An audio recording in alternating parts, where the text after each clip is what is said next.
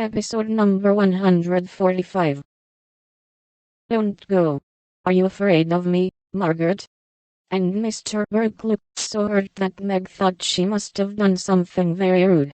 She blushed up to the little curls on her forehead, for he had never called her Margaret before, and she was surprised to find how natural and sweet it seemed to hear him say it.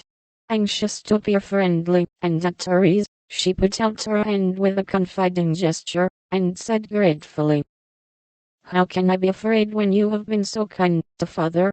I only wish I could thank you for it." "Shall I tell you how?" asked Mr. Burke, holding the small hand fast in both his own, and looking down at Meg with so much love in the brown eyes that her heart began to flutter, and she both longed to run away and to stop and listen. "Oh no, please don't, I'd rather not," she said, trying to withdraw her hand, and looking frightened in spite of her denial. "I won't trouble you. I only want to know if you care for me a little, Meg. I love you so much, dear," added Mr. Burke tenderly. This was the moment for the calm, proper speech, but Meg didn't make it. She forgot every word of it, hung her head, and answered, "I don't know," so softly that John had to stoop down to catch the foolish little reply. He seemed to think it was worth the trouble, for he smiled to himself as if quite satisfied, pressed the plump hand gratefully, and said in his most persuasive tone, "Will you try and find out? I want to know so much, for I can't go to work with any heart until I learn whether I'm to have my reward in the end, or not."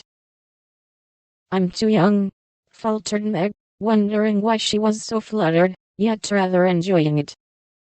"I'll wait, and in the meantime, you could be learning to like me. Would it be a very hard lesson, dear?" "Not if I chose to learn it, but—" "Please choose to learn, Meg. I love to teach, and this is easier than German," broke in John, getting possession of the other hand, so that she had no way of hiding her face as he bent to look into it. His tone was properly beseeching, but stealing a shy look at him, Meg saw that his eyes were merry as well as tender, and that he wore the satisfied smile of one who had no doubt of his success. This nettled her. Annie Moffat's foolish lessons in coquetry came into her mind, and the love of power, which sleeps in the bosoms of the best of little women, woke up all of a sudden, and took possession of her. She felt excited and strange, and not knowing what else to do, followed a capricious impulse, and, withdrawing her hands, said petulantly, "I don't choose. Please go away, and let me be." Poor Mr. Burke looked as if his lovely castle in the air was tumbling about his ears, for he had never seen Meg in such a mood before, and it rather bewildered him. "Do you really mean that?" he asked anxiously, following her as she walked away. "Yes, I do. I don't want to be worried about such things.